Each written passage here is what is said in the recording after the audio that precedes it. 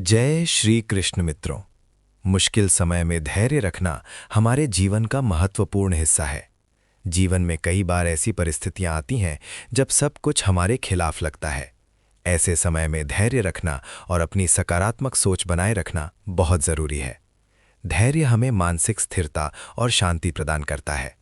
जीवन हमें कठिनाइयों का सामना करने की शक्ति देता है और हमें ये विश्वास दिलाता है कि हर मुश्किल समय के बाद अच्छा समय जरूर आता है। मित्रों, इस संसार में भगवान की इच्छा के बिना कुछ भी नहीं होता है। इसीलिए सर्वप्रथम मैं आपको हृदय से शुभकामनाएं देना चाहता हूं कि आप बहुत ही भाग्यशाली हैं, क्योंकि आपने भगवान श्री कृष्ण की प्रेरणा से ही श्रीमद् भगवद गीता के बहुमूल्य विचारों के इस वीडियो को देखने का मन बनाया। मुझे पूरा विश्वास है कि इस वीडियो को पूरा अंत तक देखने और शांत मन से इसकी बातों को सुनने और समझने के बाद आपके विचारों और जीवन में बहुत ही सकारात्मक बदलाव आने वाले हैं। जो कोई भी श्रीमद् भगवद गीता की शरण में आकर भगवान श्री कृष्ण द्वारा बताई गई बातों को अपने जीवन में अपनाता है, वो अपने सभी दुखों और कष्टों से मुक्त होकर अपने जीवन में सफलता और आनंद को प्राप्त करता है। दोस्तों, आपको जिंदगी में जो कुछ भी चाहिए या आपकी जो भी समस्या है, आप श्रीमद् भगवद गीता के ये 7 अनमोल वचन ठीक से सुनकर समझ लीजिए। आपकी हर इच्छा पूरी होगी, हर मुश्किल आसान होगी और आपका हर दुख दूर होगा।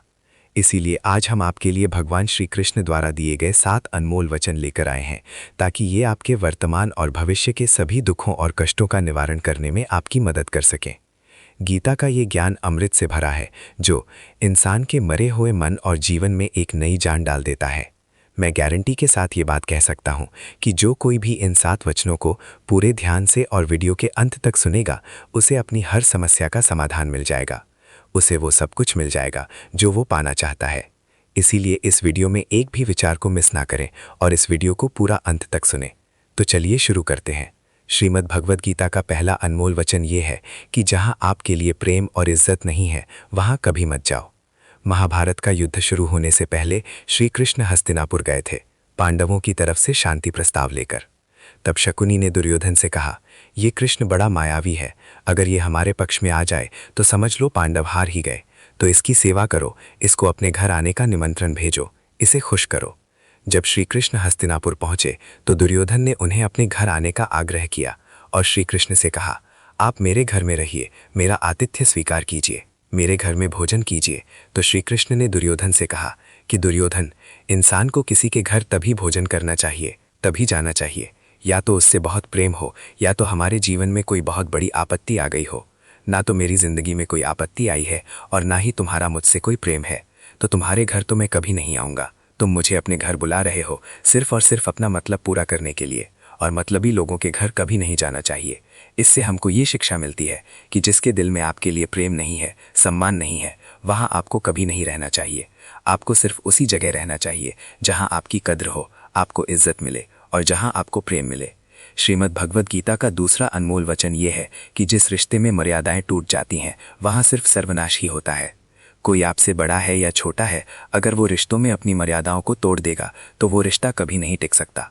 रिश्ता सिर्फ तभी चलता है जब दो लोग एक दूसरे का सम्मान करते हैं, कद्र करते हैं और कभी अपनी लिमिट क्रॉस नहीं करते हैं। जिस रिश्ते में कोई लिमिट नहीं है, एक दूसरे की इज्जत नहीं है, वो रिश्ता आज नहीं तो कल खत्म ही हो जाता है। श्रीमद् भगवद गीता का तीसरा अनमोल वचन ये है कि इंसान के दुख का सबसे बड़ा कारण है उसका मोह। मोह से अज्ञान आता है और जीवन में समस्याएं शुरू होने लगती हैं। महाभारत में धृतराष्ट्र को दुर्योधन से इतना मोह था कि वो अपने पुत्र को गलत काम करने से भी रोक नहीं सके। धृतराष्ट्र को पुत्र मोह की वजह से धर्म अधर्म का ज्ञान ही नहीं रहा और अंत में सब कुछ बर्बाद हो गया। महाभारत में श्री कृष्ण ने अर्जुन से कहा था, जब ज्ञान की धारा बहती है तो सबसे पहले मोह को नष्ट करती है। मोह को इसलिए नष्ट करती है क्योंकि मोह अज्ञान है। यूनान का सम्राट सिकंदर पूरी दुनिया को जीत लेना चाहता था। एक दिन एक नागा साधु ने सिकंदर से कहा, तू ये पूरी दुनिया जीत लेगा, उसके बाद क्या करेगा, क्योंकि इसके अलावा दूसरी कोई दुनिया है ही नहीं। इतना कहकर संत जोर जोर से हंसने लगा। संत की बातें सुनकर सिकंदर को निराशा होने लगी। सिकंदर ने संत से पूछा कि आप हंस क्यों रहे हैं। संत ने जवाब दिया कि तू पूरी दुनिया जीत लेगा तब भी तुझे निराशा ही मिलेगी, क्योंकि तू दुनिया को जीतने के मोह में बंधा है। जबकि मेरे पास कुछ भी नहीं है, लेकिन मैं हमेशा खुश रहूंगा, क्योंकि मुझे किसी भी चीज का मोह नहीं है। सिकंदर ने अभी दुनिया जीती नहीं थी, लेकिन अब संत की बातें सुनने के बाद दुनिया जीतने के विचार से ही वो निराश हो गया था, क्योंकि सुख, सुविधा और मान सम्मान का मोह हो सकता है, जहां मोह रहेगा वहां दुख तो आएगा ही। मोह जब सफल होता है तो दुख मिलता है, और जब असफल होता है तब भी दुख ही मिलता है। कृष्ण कहते हैं कि जब कोई मोह त्याग देता है तो उसे मेरी कृपा मिल जाती है। मोह रहित व्यक्ति परम आनंद प्राप्त करता है। इसीलिए मोह का त्याग करना चाहिए और जो हमारे पास है उसी में संतुष्ट रहना चाहिए। ज्यादा पाने का मोह रहेगा तो दुख मिलना तय है। श्रीमद् भगवद गीता का चौथा अनमोल वचन ये है कि जो दूसरों के साथ छल करता है उसका अंत बहुत बुरा होता है। दुर्योधन के मामा शकुनी और दुर्योधन ने पांडवों के साथ जीवन भर छल किया। पथ पथ पर उन्हें धोखा दिया, कभी ईमान से उनके साथ नहीं चले, और उसका परिणाम दुर्योधन को ये मिला कि उनके दल का हर एक बड़ा योद्धा छल के द्वारा ही मारा गया। क्योंकि दुर्योधन ने जैसा कर्म किया था उसको वैसा ही फल मिला। जीवन भर उसने छल किया तो अंत में उसकी खुद की मृत्यु भी एक छल से ही हुई थी।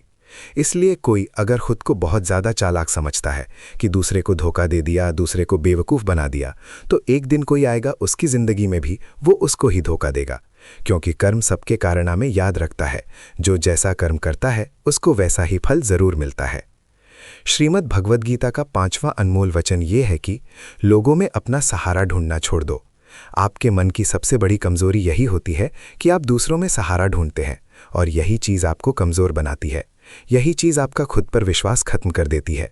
जो लोग सोचते हैं ना कि ये तो मेरा सहारा है तो मुश्किल वक्त में मुझे काम आएगा, वही लोग मुश्किल वक्त में सबसे ज्यादा दुखी और अकेले पड़ जाते हैं। आप सिर्फ ईश्वर को अपना सहारा बनाओ। देखना, जब भी कोई मुश्किल आएगी ना तो वो किसी ना किसी रूप में आकर आपकी मदद जरूर करेंगे। दुनिया को सहारा मत बनाओ। जो खुद अपने लिए सहारा ढूंढ रहे हैं वो आपका सहारा कैसे बनेंगे? तो अपना सहारा दुनिया को नहीं, ईश्वर को बनाना चाहिए। ईश्वर आपकी सुनता है या नहीं, ये आपकी श्रद्धा, विश्वास और आस्था पर निर्भर करता है। श्रीमद् भगवद गीता का 6ठा अनमोल वचन ये है कि अपने मन को शांत रखना सीखो, क्योंकि अशांत मन जीवन में सिवाय दुख के आपको और कुछ नहीं देने वाला, और एक शांत मन आपको जीवन में प्रेम और आनंद ही देगा। दुख और सुख सिर्फ शांत और अशांत मन के परिणाम है। अशांत मन दुख को ही जन्म देता है और शांत मन परम आनंद को जन्म देता है। मन में शंकाओं को कभी जन्म न दो। ये शंकाएं मन में गलत फहमियों के पहाड़ बना देती हैं, जिससे जीवन का सुख चैन छिन जाता है। तभी श्री कृष्ण कहते हैं कि मनुष्य को अपने मन को वश में रखना चाहिए। जो कोई अपने मन को वश में कर लेता है उसका मन उसका मित्र बन जाता है, और जो कोई अपने मन को वश में नहीं रख पाता उसका मन उसका सबसे बड़ा शत्रु बन जाता है। श्रीमद् भगवद गीता का 7वां अनमोल वचन ये है कि जिंदगी में कभी भी खुद को किसी का जरूरतमंद या मोहताज मत बनाओ, क्योंकि जब तक आप किसी के जरूरतमंद नहीं होते तब तक आपको कोई दुख नहीं पहुंचा सकता, कोई आपका फायदा नहीं उठा सकता। जिस इंसान के आप जरूरतमंद हो जाओगे वो आपका लाभ उठाना शुरू कर देता है। जिस दिन आपने जीवन को किसी का जरूरतमंद बना दिया उसी दिन से आपको उसकी गुलामी करनी पड़ती है। औरों की तो छोड़ो, जो लोग अपने नौकरों के, काम वाली बाइयों के जरूरतमंद हो जाते हैं तो वे उनका सब कुछ सहना शुरू कर देते हैं, क्योंकि उन्हें पता होता है कि आपका काम उनके बिना चल ही नहीं पाएगा और आप खुद से उतना काम कर नहीं पाएंगे और दूसरा कोई आपको मिल नहीं रहा, तो वे आपको परेशान करना शुरू कर देते हैं। लेकिन जब उन्हें ये समझ आता है कि आप अपना काम खुद कर सकते हैं या आपको दूसरे 1000 ऑप्शन मिल सकते हैं, तो वे चुपचाप अपना काम करेंगे। अब अगर आप कोई ऐसी नौकरी करते हैं जहां आपके बॉस के गलत होते हुए भी आप उसका टॉर्चर सहते रहते हैं, तो उसको पता होता है कि आप उसके ज़रूरतमंद हैं और वो उसका पूरा फ़ायदा लेता है। आप चाहे हज़ारों के लिए अच्छा करो, चाहे हर वो काम करो जिससे उन्हें खुशी मिले, पर ऐसे लोग आपकी गर्दन को दबा के रखते हैं। आप में अगर कुछ प्रतिभा है तो आपके पंख ही काट दिए जाएंगे। हर वो कोशिश की जाएगी आपके साथ जिससे आप जिंदगी में कभी आगे ही ना बढ़ पाओ। किसी का मोहताज होना मर जाने से भी बदतर होता है। आपने कभी गौर किया कि आपकी जिंदगी वही लोग खराब करते हैं जिनके आप जरूरतमंद हो जाते हैं। आपका सारा दुख वहीं से आता है जिसके आप जरूरतमंद होते हैं। जरूरतमंदी सिर्फ शरीर या काम की नहीं होती, सबसे बड़ी जरूरतमंदी तो मन की होती है कि जिंदगी में कोई हमें चाहिए, हमें संभालने के लिए, नहीं तो हम खुश नहीं रह पाएंगे। अकेलापन लोगों से झेला नहीं जाता है। फिर कई बार आप ऐसे लोगों से जुड़ जाते हैं जो आपकी इस मन की जरूरतमंदी का पूरा फायदा उठाते हैं। आप उनसे रिश्ता इसीलिए जोड़ते हैं ताकि आपकी जिंदगी में थोड़ी खुशी आए, और वे लोग आपको खून के आंसू रुलाते हैं, आपकी पूरी जिंदगी नर्क बना देते हैं। याद रखना एक बात, माँ बाप के अलावा ऐसा दुनिया में आज तक कोई पैदा नहीं हुआ है कि आप जिसके जरूरतमंद बने और वो आपका फायदा ना उठाए। इसीलिए जिंदगी में कभी भी खुद को किसी का जरूरतमंद या मुहताज मत बनाना। श्रीमद् भगवद गीता का 8वां अनमोल वचन ये है कि अपनी खुशी और अपना दुख हर किसी के आगे जाहिर नहीं करना चाहिए, क्योंकि लोग आपकी खुशी पर नजर लगा देते हैं और आपके दुख में आपकी हंसी उड़ाने लगते हैं। आपकी खुशी से कोई खुश नहीं होता, लोगों को जलन होती है। इसीलिए कहा जाता है कि हर वक्त आंसू आंख में लाया ना करो, हर जख्म सबको दिखाया ना करो। इससे पहले कि हम नवे वचन पर जाएं, आपसे विनती है कि अगर आपको इस वीडियो से कुछ भी सीखने को मिल रहा है तो इस वीडियो को लाइक कर दीजिए, और अगर आप इस चैनल पर पहली बार आए हैं तो चैनल को सब्सक्राइब कर लीजिए। तो चलिए आगे बढ़ते हैं। श्रीमद् भगवद गीता का नवा अनमोल वचन ये है कि जीवन में जो कुछ भी होता है वो अंततः अच्छे के लिए होता है, चाहे वो वर्तमान हो, भविष्य हो या अतीत हो। हालांकि ये शिक्षा सुनने में सरल लगती है, लेकिन इसे समझना और स्वीकार करना बहुत कठिन होता है। या हमारे साथ कुछ अनुचित होता है तो हमें लगता है कि हमारी दुनिया टूट गई है, परंतु सच ये है कि यही कष्ट हमें और भी अधिक मजबूत और लायक बनाते हैं। ये कठिनाइयां हमें जीवन के सत्य से रूबरू कराती हैं और हमें ये दिखाती हैं कि कौन हमारा सच्चा मित्र है और कौन नहीं। ये स्थिति उस बच्चे की तरह होती है जिसे उसकी माँ कड़वी दवाई पिलाती है। बच्चे को वो दवाई बिल्कुल पसंद नहीं आती, लेकिन वो दवाई ही उसकी बीमारी को खत्म करती है। ठीक वैसे ही जीवन के कठिन अनुभव हमें विकसित करते हैं, भले ही उस वक्त वो अनुभव करवा क्यों न लगे। वास्तव में हम उसी को सच मानकर जीते हैं जितना हमारी समझ है और जितना हमें दिखाया या बताया गया है। लेकिन सच्चाई तब तक पूरी तरह समझ में नहीं आती जब तक हम खुद उस दुख से नहीं गुजरते। ये शिक्षा हमें ये समझने में मदद करती है कि जीवन की हर घटना, चाहे वो सुखद हो या दुखद, किसी न किसी उद्देश्य के साथ आती है, और उस उद्देश्य को समझने के लिए हमें धैर्य और विश्वास बनाए रखना चाहिए। श्रीमद् भगवद गीता का 10वां अनमोल वचन ये है कि जो आपके साथ अधर्म करे, पाप करे, गलत करे, उसे दंड जरूर देना चाहिए। किसी के अत्याचार को सहन नहीं करना चाहिए। अगर आप उसे सहते हैं तो वो आपके साथ और गलत करता रहेगा। अगर आप, मैं युद्ध करने जा रहा हूं, ये सब मेरे भाई हैं, मेरे गुरुजन हैं, मैं इनके सामने कैसे हथियार उठाऊं, इनको कैसे मारूं? तब भगवान श्री कृष्ण ने अर्जुन से कहा कि जिन्हें तुम अपना मान रहे हो वे सभी अधर्मी हैं, वे पाप के पक करते हैं। ऐसे ही जब आपके साथ कोई गलत करता है, आपको चोट पहुंचाता है, दुख पहुंचाता है, और वे ही आप चुपचाप रहते हैं, तो उसे सामने वाले का मनोबल और बढ़, वो आपको कमजोर समझने लगता है और आपके साथ गलत करने को वो अपना हक समझने लगता है। लेकिन जब आप उसके गलत व्यवहार को, उसके अधर्म को रोक लेते हैं, उसका विरोध करते हैं, तब वो अपनी सीमा में रहना सीख जाता है। और ये कलयुग है। अगर इस जमाने में आपको खुश रहना है तो आपको अपनी रक्षा खुद ही करनी होगी। कोई आपके साथ गलत करे तो उसको कभी नहीं सहना चाहिए, बल्कि उसका सामना करना चाहिए। श्रीमद् भगवद गीता का 11वां अनमोल वचन ये है कि मनुष्य के जीवन में 3 मुख्य अवस्थाएं होती हैं: बचपन, जवानी और बुढ़ापा। इसके बाद शरीर समाप्त हो जाता है, लेकिन आत्मा अमर रहती है और पुनः जन्म लेती है। जीवन में इच्छाएं और वासनाएं जितनी अधिक होंगी, खुशियां उतनी ही कम होती जाएंगी। यदि आप जीवन में खुश नहीं हैं, तो इसका कारण आपकी मन में भरी इच्छाएं और वासनाएं हैं। इंसान तभी सच्ची खुशी पा सकता है जब वो अपनी इच्छाओं को नियंत्रित करना सीख लेता है। इसे एक सरल गणितीय उदाहरण से समझा जा सकता है। मान लीजिए कि आपके जीवन में 100 खुशियां हैं और 10 इच्छाएं हैं, तो आपकी खुशी 90% रह जाती है। अगर आपकी 50 इच्छाएं हैं तो आपकी खुशियां आधी हो जाती हैं, और अगर आपकी 100 इच्छाएं हैं तो आपकी खुशी 0 हो जाती है। जब इच्छाओं की संख्या 100 से भी अधिक हो जाती हैं तो आपकी खुशी नकारात्मक हो जाती है, यानी आपकी खुशियां दुख में बदलने लगती हैं। इस शिक्षा का सार यही है कि जितनी आप अपनी इच्छाओं को कम करेंगे, उतनी ही आपकी खुशियां बढ़ेंगी। और अगर आप अपनी इच्छाओं को बढ़ाते रहेंगे तो दुख अपने आप आपके जीवन में प्रवेश कर जाएगा। इसीलिए खुश रहना है तो इच्छाओं को कम करना सीखिए और अपने मन को नियंत्रित करके सच्ची संतोष प्राप्त कीजिए। श्रीमद् भगवद गीता का 12वां अनमोल वचन ये है कि जिंदगी में धोखा अपने ही देते हैं, क्योंकि उनको आपकी कमजोरियों का पता होता है। बाहर वाला आपको धोखा नहीं दे सकता, क्योंकि उसको आपके बारे में पता ही नहीं है कि आपको चोट कहाँ पहुंचानी है। लेकिन जो आपका अपना है, आपका खास है, उसे बहुत गहराइयों से पता होता है कि आपकी कमजोरी क्या है। ऐसा क्या करें जिससे इसको दर्द पहुंचाया जा सके, जिससे इसको हम नीचा दिखा सकते हैं, इसको चोट पहुंचा सकते हैं। ये कलयुग है, इसमें बाहर वालों से नहीं, जो हमारे अपने हैं ना, उनसे ही सावधान रहना होता है। महाभारत का युद्ध 2 अलग-अलग राज्यों में नहीं हुआ था, बल्कि एक ही परिवार के भाइयों में हुआ था। सभी आपस में एक ही वंश के लोग थे। कितनी बार दुर्योधन ने जहर देकर भीम को मारना चाहा। ना जाने कितनी बार दुर्योधन ने पांडवों को जान से मारने की कोशिश की। वो उनका कोई पराया नहीं था, बल्कि उनका भाई ही था। सारी लड़ाइयाँ घर के अंदर ही होती हैं, बाहर कौन लड़ेगा हमसे? घर में ही सारे झगड़े होते हैं। तो आपको चोट सिर्फ वही लोग पहुंचा सकते हैं जो आपके अपने हैं। आपको धोखा सिर्फ वही लोग दे सकते हैं जो आपके अपने हैं। श्रीमद् भगवद गीता का 13वां अनमोल वचन ये है कि सत्य और ईश्वर की शक्ति के साथ खड़े व्यक्ति को। आतिम श्लोक ये कहता है, जहां योगेश्वर कृष्ण और धनुर्धर अर्जुन है, वही विजय, समृद्ध, नीति और दृढ़ संकल्प है। धृतराष्ट्र बार बार संजय से पूछते थे कि युद्ध में कौन जीत रहा है और कौन हार रहा है, क्योंकि उनका विश्वास था कि उनके पक्ष में भीष्म पितामह, गुरु द्रोणाचार्य और कर्ण जैसे महाबली खड़े हैं। उन्हें लगता था कि ऐसी शक्ति के साथ उनकी हार संभव नहीं है। लेकिन संजय ने उन्हें बताया कि जहां ईश्वर यानी श्री कृष्ण खड़े होते हैं, वहां शक्ति का अर्थ नहीं होता। सत्य और धर्म की जीत निश्चित होती है, चाहे किसी के पास कितनी भी शक्ति क्यों ना हो। यदि ईश्वर और सत्य किसी के साथ खड़े हैं तो उसे पराजित करना असंभव है।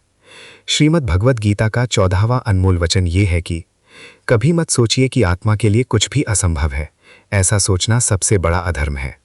ये कहना कि तुम निर्बल हो, ये स्वयं के प्रति सबसे बड़ा पाप है। हम वो हैं जो हमारी सोच ने हमें बनाया है, इसलिए इस बात का ध्यान रखिए कि आप क्या सोचते हैं। भय और अधूरी इच्छाएं समस्त दुखों का मूल है। पुराने समय की बात है, एक राजा था। एक दिन उसके गुप्तचरों ने सूचना दी कि पड़ोसी राज हम पर हमला करने वाला है। गुप्तचरों ने बताया कि खबर एकदम पक्की है। सिर्फ 3 दिनों के भीतर पड़ोसी राज अपनी विशाल सेना के साथ हम पर हमला कर देगा, और उनकी सेना इतनी बड़ी है कि उनका सामना करना बहुत मुश्किल है। राजा बेहद चिंतित हो गया, परेशान हो गया। राजा ने तुरंत सभा बुलाई और सभी लोगों से सलाह मांगी कि अब हम लोगों का मरना तय है। अगर किसी व्यक्ति के पास कोई सुझाव या युक्ति है तो वो बता सकते हैं। राजा के एक चतुर मंत्री ने कहा, अब जब जान पर बात आ गई है तो इसका एकमात्र उपाय है कि हमें आज ही अभी इसी वक्त ही पड़ोसी राज्य पर हमला कर देना चाहिए। राजा बोला, मंत्री जी, हमारी सेना बहुत छोटी है, हम उनका मुकाबला कैसे कर पाएंगे? मंत्री बोला, पड़ोसी राज्य अभी युद्ध के लिए तैयार नहीं है। अभी उस राज्य पर हमला कर दें तो वो संभाल नहीं पाएंगे और हमारे जीतने की कुछ तो संभावना बनेगी। वैसे भी हम पर हमला होने वाला है और इतनी विशाल सेना है कि हम यूं ही मारे जाएंगे। जब 3 दिन बाद मरना ही है तो क्यों ना कुछ ना करने से बेहतर है हम ये कर सकते हैं। राजा को ये बात सही लगी। उसने तुरंत अपनी सेना को तैयार होने का आदेश दिया और उस राज्य के नागरिक भी सेना के साथ जुड़कर युद्ध में चले गए। पड़ोसी राज्य जो था, वहां तक पहुंचने से पहले एक पुल पार करना होता था। जैसे ही वो सेना पुल पार करके उस राज्य में घुस गई तो राजा ने कहा, हम अपने पड़ोसी राज्य में घुस चुके हैं, ये जो पुल है इस पुल को जला दो। और पुल जलाने के बाद सेना को बोला, हमारे पास में अब और कोई विकल्प नहीं है सिवाय लड़ने के। अब हम या तो लड़कर जीत जाएं या फिर हम यहीं मारे जाएं। हमारे पास भागने का कोई रास्ता नहीं है। सभी सैनिक अपनी पूरी क्षमता के साथ लड़े और पड़ोसी राज्य की बड़ी सेना को उन्होंने हरा दिया, इस विचार के साथ कि हमारे पास अब कोई और विकल्प नहीं है। इस कहानी से सीख मिलती है कि जब आपके पास में रास्ता सिर्फ एक होता है कि अगर ये नहीं किया तो मर जाएंगे, बर्बाद हो जाएंगे, तो संभावना बढ़ जाती है उसमें कामयाब होने की। इसलिए ऐसा कभी मत सोचिए कि आत्मा के लिए कुछ भी असंभव है। अगर हम जी जान लगाकर दृढ़ निश्चय के साथ किसी कार्य को करते हैं तो हमें सफलता अवश्य मिलती है। श्रीमद् भगवद गीता का 15वां अनमोल वचन ये है कि भगवान श्री कृष्ण अर्जुन से कहते हैं कि हर मनुष्य 3 गुणों, रजोगुण, तमोगुण और सत्वगुण से बना है। इसलिए ऐसा कोई व्यक्ति नहीं है जिसमें केवल अच्छाई या केवल बुराई हो। हर व्यक्ति में अच्छाइयाँ और बुराइयाँ दोनों होती हैं। यदि आप चाहें तो आप सबसे अच्छे इंसान में भी बुराई ढूंढ सकते हैं, और यदि चाहें तो सबसे बुरे इंसान में भी अच्छाई देख सकते हैं। इसलिए यदि आपको लगता है कि आपके भीतर कुछ कमियां हैं और इसी कारण आप जीवन में आगे नहीं बढ़ पा रहे हैं, तो ये आपकी सबसे बड़ी गलतफहमी है। साथ ही लोगों की बातों पर ध्यान देने की जरूरत नहीं है, क्योंकि आजकल अधिकतर लोग ऐसे दृष्टिकोण से दूसरों को देखते हैं जहां उन्हें दूसरों की केवल बुराइयां नजर आती हैं और अपनी केवल अच्छाइयां। अगर कोई आपकी आलोचना करता है तो उसकी चिंता मत करें। जो चीज़ें आपके नियंत्रण में हैं, जिन्हें आप सुधार सकते हैं, उन पर काम करें और खुद को बेहतर इंसान बनाएं। लेकिन जो चीज़ें प्राकृतिक रूप से आपके वश में नहीं हैं, उनके बारे में चिंता करके दुखी होने का कोई लाभ नहीं है। ये शिक्षा हमें आत्मसंवर्धन की प्रेरणा देती है। अपने गुणों को निखारें, लेकिन उन चीज़ों के बारे में परेशान ना हो जिन्हें आप बदल नहीं सकते। अपनी कमजोरियों को स्वीकार करके ही आप एक मजबूत और सशक्त व्यक्ति बन सकते हैं। श्रीमद् भगवद गीता का 16वां अनमोल वचन ये है कि वो इंसान जिंदगी में सफल माना जाएगा जो अंदर से हमेशा खुश रहता है। बाहर से तो सभी खुश दिखाई देते हैं, लेकिन अंदर से इंसान अशांति से भरा रहता है। बहुत पैसा कमा लिया, कामयाबी हासिल कर ली, लेकिन वो कामयाबी असली नहीं। असली कामयाबी तब मानी जाएगी जब आपका मन खुश रहता है। खुशी प्राप्त करने के लिए हम पूरा जीवन भौतिक संसाधनों को जुटाने में लगे रहते हैं। धन, गाड़ी, बंगला इत्यादि प्राप्त करने की दौड़ में लगे रहते हैं कि इन्हें प्राप्त करने से हमें खुशी मिलेगी। लेकिन वास्तविकता में भगवद गीता में भगवान श्री कृष्ण कहते हैं कि मनुष्य वास्तव में खुशी तभी प्राप्त कर सकता है जब वो अपनी इच्छाओं को वश में करके और उनका त्याग करके आध्यात्मिक पथ पर आगे बढ़ता हुआ भगवत प्राप्ति के लिए प्रयास करता है, ईश्वर की भक्ति करता है। ऐसा मनुष्य जो सभी कामनाओं से रहित होकर सुख और दुख को समान भाव से देखता है, वो भीतर से आनंद और संतोष को प्राप्त करता है। श्रीमद् भगवद गीता का 17वां अनमोल वचन ये है कि मनुष्य को हमेशा अपने कर्म पर ध्यान लगाना चाहिए, ना कि इस बात पर कि लोग क्या कहेंगे या लोग क्या सोचेंगे। क्योंकि जब हम इस बात की परवाह करते हैं कि लोग क्या सोचेंगे, तब हम अपना कार्य ठीक से नहीं कर पाते। एक बार एक फल वाला बाजार में बैठकर फल बेच रहा था। उसने अपने पीछे एक बोर्ड लगाया हुआ था जिस पर उसने चौक से लिख रखा था कि यहाँ ताज़े फल बेचे जाते हैं। एक ग्राहक ने उससे कहा, हमें मालूम है तुम यहाँ बैठे हो, वहाँ नहीं। इस लाइन में से, इस पंक्ति में से यहाँ मिटा दो। फल वाले ने शब्द मिटा दिया और अब बचा ताज़े फल बेचे जाते हैं। एक दूसरा ग्राहक बोला, हम जानते हैं तुम ताज़े फल बेचते हो, कोई सड़े हुए तो नहीं बेचते, इसलिए इस वाक्य से ताज़े मिटा दो। फल वाले ने ताज़े भी मिटा दिया और बोर्ड पर बचा कि फल बेचे जाते हैं। अब तीसरा ग्राहक आया और कहने लगा कि हमें दिख रहा है कि तुम फल ही बेच रहे हो, इसे लिखने की क्या ज़रूरत है, इसमें से फल को हटाओ। फल वाले ने वैसा ही किया और अब बचा था कि बेचे जाते हैं। तब एक और ग्राहक आया और उसने बोर्ड को पढ़कर फल वाले से कहा, पीछे क्या लिख रखा है, बेचे जाते हैं, हमें पता है तुम बेचने के लिए ही बैठे हो, कोई मुफ्त में थोड़ी ना बांट रहे हो, चलो मिटाओ इसे। बेचारे फल वाले ने जो बचे कुचे शब्द थे वो भी मिटा दिया और अब वो बोर्ड खाली हो गया। तब एक और व्यक्ति आया और फल वाले को बोला, पागल हो गए हो क्या, इस बोर्ड पर तुमने कुछ लिखा क्यों नहीं है। इसलिए दोस्तों, दुनिया में हर एक इंसान की अपनी एक राय होती है और इंसान दूसरों को सलाह देने में माहिर होता है। हम ये नहीं कह रहे हैं कि आप किसी की सलाह ना सुने, बस ये कह रहे हैं कि उनकी राय सुनते सुनते अपनी राय ना भूल जाएं। इसलिए हारे हुए की सलाह सुनिए और जीते हुए का तजुर्बा, लेकिन दिमाग खुद का लगाइए। डरिए मत कि हम गलती कर बैठे तो क्या होगा, क्योंकि गलतियों से ही सीखोगे। गलतियों से आज हारोगे तो कल जीतोगे भी। अरे लोग हमारे बारे में क्या सोचते हैं, ये भी अगर हम ही सोचेंगे तो फिर वो लोग क्या सोचेंगे। इसलिए कहते हैं सबसे बड़ा रोग क्या कहेंगे लोग। श्रीमद् भगवद गीता का 18वां अनमोल वचन यह है कि जीवन में हमें मित्रता हमेशा सोच समझ कर करनी चाहिए और जिसे भी अपना मित्र बनाए उसका साथ हमेशा निभाना चाहिए। महाभारत में ऐसे कई मित्र थे जिन्होंने अपनी ही सेना के साथ विश्वासघात किया।